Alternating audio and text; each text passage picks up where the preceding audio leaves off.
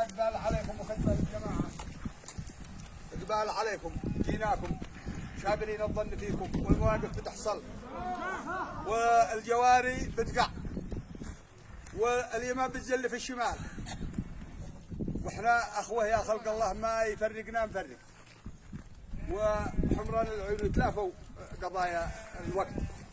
احنا جيناكم يا بني معصم ودينا عيالنا، احنا جماعة معانا نزيله وعقائد عندكم في صلاح كان الجميع وفي رضاكم وفي سلاكم، وانتم المهلئين والمولئين في موقف سبر قد سبر بدون رضا ولا قصد ولا عمد ولا درينا كيف جاء من خمل من الصاحب في الصاحب.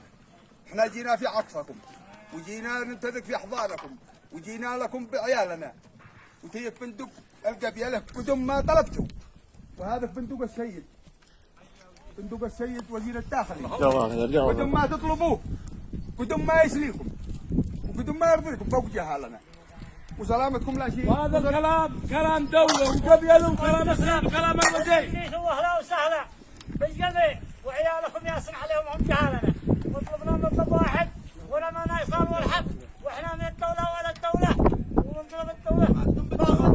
هذا كلامنا وهو هذا من عندي. يا مغلاء ابن الكثير. والله يا عم شو. ولو منشر وجلد وقالت محسن وقوته. شد باشك يا ولدي لا تتعور ولا. ادخلوا السجن وانت ابو الناس الحياة. احنا وجهنا معيبين لكم يا بيت عصيمي جمعة. وهؤلاء شوق علينا. صلوا على النبي.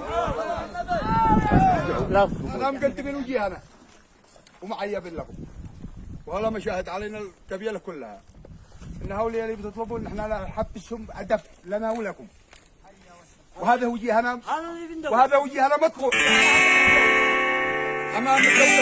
ما شبه الشيخ وجه الدولة وش وزير الداخلية، وانا اصلهم وزير الداخلية، لكن احنا ما احنا جاء يطايرهم لنا ولكم. والله ما عسرنا للفحد، لكن تيق وجهنا تيق وجهنا مطبوع بين اقول لك وجهي مطبوع لك وهؤلاء مشاهد علينا كلهم. إذا ما يصاروا يتأدبون دعوة هي